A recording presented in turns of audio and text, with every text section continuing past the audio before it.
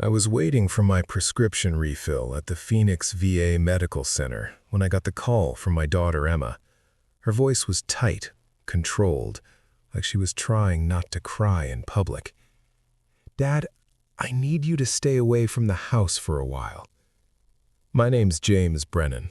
I'm 51 years old, served 2 tours in Iraq with the 82nd Airborne, came home in 2009 with a Purple Heart, a limp in my left leg from shrapnel, and memories I'll never shake. I've been working as a night security guard at a shopping mall in Tempe for the past 8 years. It's not glamorous, but it pays the bills and doesn't ask too much of me. "What do you mean, stay away? Emma, what happened?" "Derek thinks it's best if you don't come around for a while. He says you're making things uncomfortable." Derek, my son-in-law, married my daughter 3 years ago. He's 34, works in pharmaceutical sales, drives a BMW, wears those expensive watches that cost more than I make in 6 months. I've never liked him, but Emma loved him, so I kept my mouth shut and showed up to the wedding with a smile. "Uncomfortable? How?" She hesitated. "He says you make him feel judged, that you look down on him because he didn't serve, and honestly, Dad, I think he has a point." I was standing in the VA pharmacy, surrounded by other veterans, guys who'd given parts of themselves for this country, and my daughter was telling me I made her husband uncomfortable because I'd served and he hadn't. "Emma, I've never said anything about Derek not serving." "You don't have to say it. It's in the way you look at him, the way you answer his questions about the military. He asked you once about Iraq, and you just shut down. You made him feel stupid." I remembered that conversation. We'd been at their house for dinner, maybe 6 months after the wedding. Derek had asked me what it was like over there, in that casual way people do when they want a good story but don't really want the truth. I'd given him a short answer. Hot, dangerous, not something I like talking about, and I'd changed the subject. "I didn't make him feel stupid, I just didn't want to talk about it." "Well, he thinks you're hiding something. He thinks maybe you didn't see real combat, that maybe you're exaggerating your service." The words hit me like a punch. "What?" "He did some research. He says lots of veterans exaggerate what they did, claim PTSD for benefits they don't deserve. He thinks maybe that's why you work as a security guard instead of something better, that maybe you're not really disabled, just lazy." I leaned against the wall, feeling the phantom pain in my leg where the shrapnel had torn through muscle and bone. "Emma, I was awarded a Purple Heart. I have medical records, x-rays. Did Derek see real combat? He looked up my service records?" "He says anyone can claim those things. And honestly, Dad, you've never shown us the records. You never talk about what happened. How are we supposed to know what's true?" "We," she said. "We," like she and Derek were a unit, and I was the outsider. "You're my daughter. You don't believe me?" Silence. Then, "I want to believe you, but Derek makes good points, and he's been really patient with you. The way you showed up to Thanksgiving last year in your old uniform jacket, like you were trying to prove something. The way you corrected him when he said soldier instead of airborne. It's embarrassing, Dad." I'd worn that jacket because it was warm and it fit. I'd corrected him because words matter, because being airborne meant something, meant we'd earned our jump wings, meant we'd done things most people couldn't do. "Emma, I'm your father. And Derek is my husband. He's the father of your grandchildren, Dad. Lily is 3, Mason is 1. They're growing up, and Derek doesn't want them around someone who might be lying about their service. He says it sets a bad example." My grandchildren. I saw them maybe once a month, always supervised, always at their house, always with Derek watching me like I might suddenly do something inappropriate. "I've never lied about my service." "Then prove it. Show us your records. Show us you're really who you say you are." I shouldn't have to prove anything to Derek. But you do, because he's my husband, and if you want to be in our lives, you need to respect that. She hung up. I stood there in the VA pharmacy, holding my prescription bottle of gabapentin for the nerve pain in my leg, surrounded by other broken soldiers, and I realized my daughter thought I was a fraud. That night, I sat in my apartment in Mesa, a one-bedroom place that smelled like old carpet and regret, and I pulled out a box from my closet. Inside were things I hadn't looked at in years. My DD-214 discharge papers, photos from Iraq, letters I'd sent home, medical records from Landstuhl Regional Medical Center in Germany, where they'd put me back together after the IED. And something else, something I'd never told Emma about. When I came back from Iraq in 2009, I was a mess. PTSD, chronic pain, nightmares that made me wake up screaming. The VA helped, but not enough. I needed something to focus on, something to give me purpose. I'd always been good with security systems. In Iraq, we'd worked with electronic surveillance, remote monitoring, IED detection systems. I understood how they worked, how they could fail, how they could be improved. So I started tinkering, built a better motion sensor in my apartment, one that could distinguish between a person and a pet, between a threat and a false alarm. Showed it to a buddy who owned a small security company. He loved it, asked if I could build more. I did. Started small, just improving existing systems. Then I started designing new ones, wireless networks that were harder to hack, cameras with better night vision, monitoring software that used early AI to predict security threats. By 2012, I had 6 patents. By 2015, I'd licensed them to 3 major security companies. By 2018, I'd started my own company, Tactical Guard Systems, designing military-grade security for civilian applications. I kept working as a mall security guard because it gave me steady income while I built the company, because it kept me around people, kept me from isolating, because it reminded me I was still useful, still serving in my own way. But Tactical Guard had grown. Last year, we did $8.3 million in revenue. We had contracts with banks, hospitals, schools, even some government facilities. Our systems were in use across 23 states. And I owned 100% of it. No partners, no investors. Just me and my patents and my knowledge of security.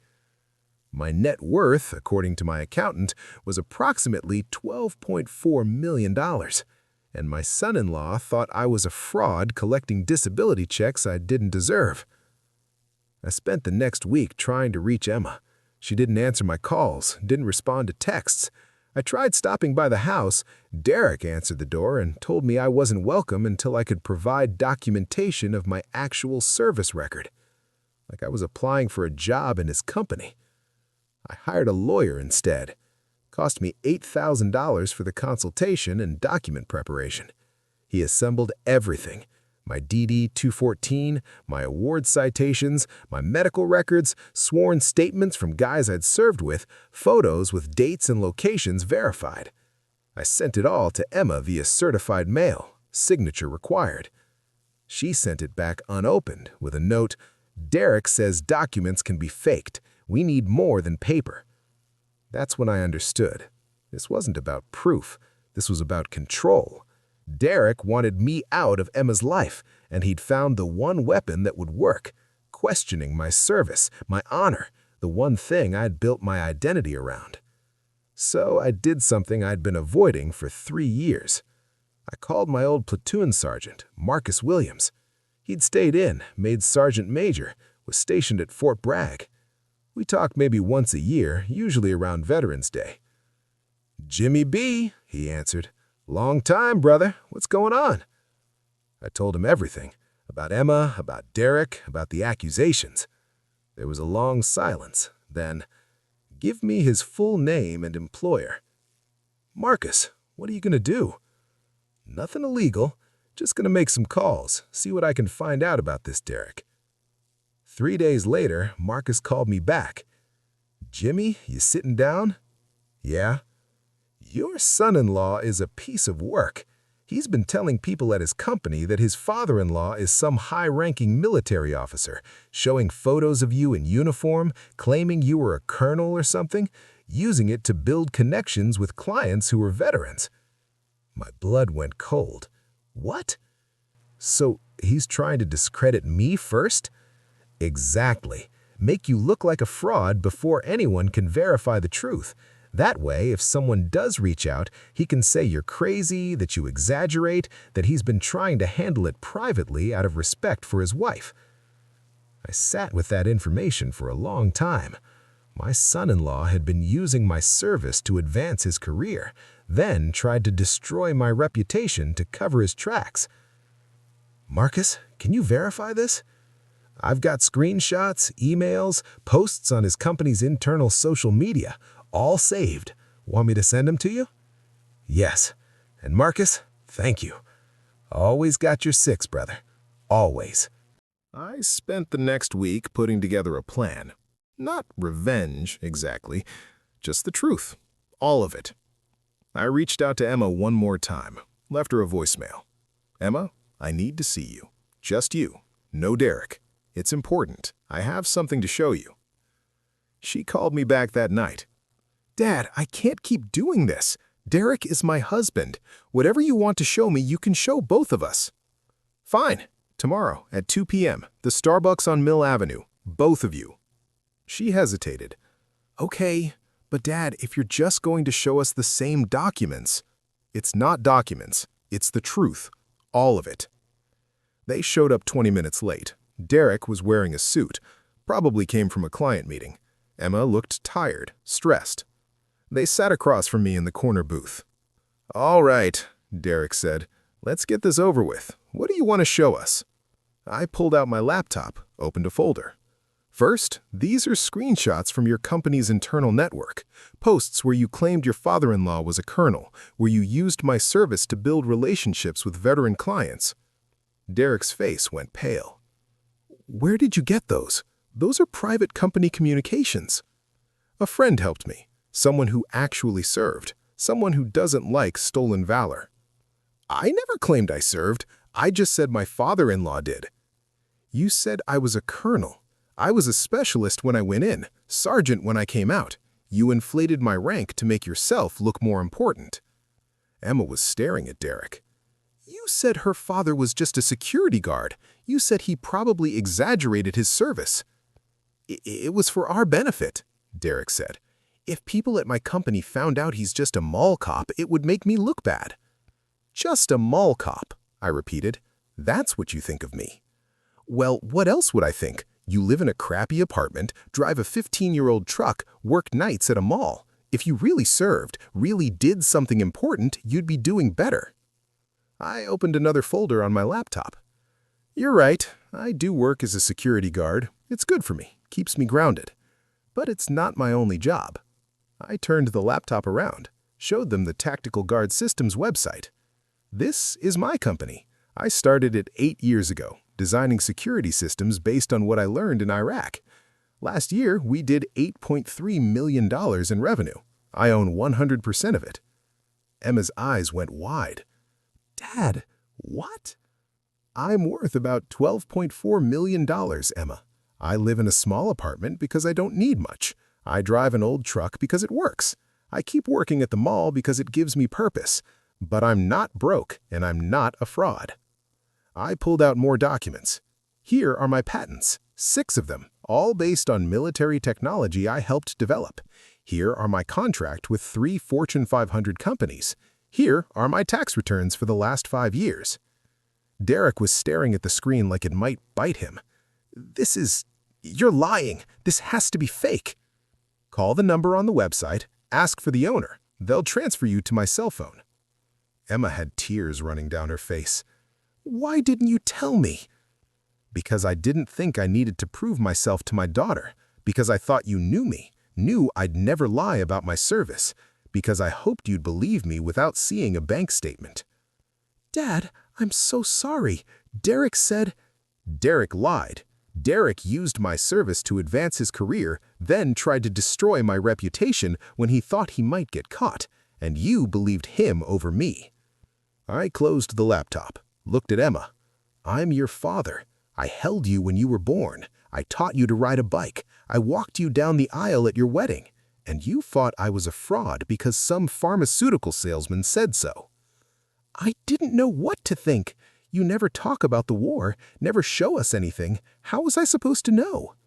You were supposed to trust me. That's what family does. I stood up. I'm not going to stay away from you or my grandchildren. I'm not going to pretend I'm someone I'm not to make Derek feel better. And if you want me in your life, it's going to be on my terms, not his. Derek stood up too. Now wait a minute, you can't just... I can and I am. Emma, you have my number. When you're ready to have a real conversation without him feeding you lies, call me. I left them there, walked out into the Phoenix heat, got in my old truck, and drove home. Emma called me 2 days later. Dad, Derek and I are getting a divorce. I pulled over, heart racing. Emma, I didn't mean for that to happen. It's not because of you. Well, not just because of you. I started asking questions about other things. Found out he's been lying about a lot of stuff. Money, clients, even how much he makes. His whole life is a performance. I'm sorry, sweetheart. Don't be. I should have seen it sooner. Should have trusted you sooner. She paused. Can I bring the kids over this weekend? They miss their grandpa. Of course. Anytime. And Dad, can you teach me about your company? I studied business in college. Maybe I could help. I smiled. I'd like that. 6 months later, Emma was working part-time for Tactical Guard, handling client relations. She was good at it, natural. The kids came over every Sunday. We'd barbecue, I'd tell them age-appropriate stories about my time in the Army, teach them what honor and service really meant. Derek tried to fight the divorce, claiming Emma was turning the kids against him. But when his company found out about his lies about me, about inflating his military connections, he was fired. Hard to sell pharmaceuticals when doctors don't trust you. I never told Emma exactly how much the company was worth. Didn't need to. I knew I wasn't a fraud, wasn't a failure, wasn't someone to be ashamed of. And sometimes when I'm working my shift at the mall, walking the empty corridors at 2 a.m., I think about how close I came to losing her. How easily lies can replace truth when people want to believe them. But I also think about something my platoon sergeant told me in Iraq after a particularly bad firefight. The only easy day was yesterday, Jimmy. Today, you earn your place. Tomorrow, you prove you deserve it. I'm still proving it, still earning my place, still showing my daughter and my grandchildren what it means to serve, to sacrifice, to stand by the truth even when it costs you everything. And that's worth more than any amount of money in any bank account.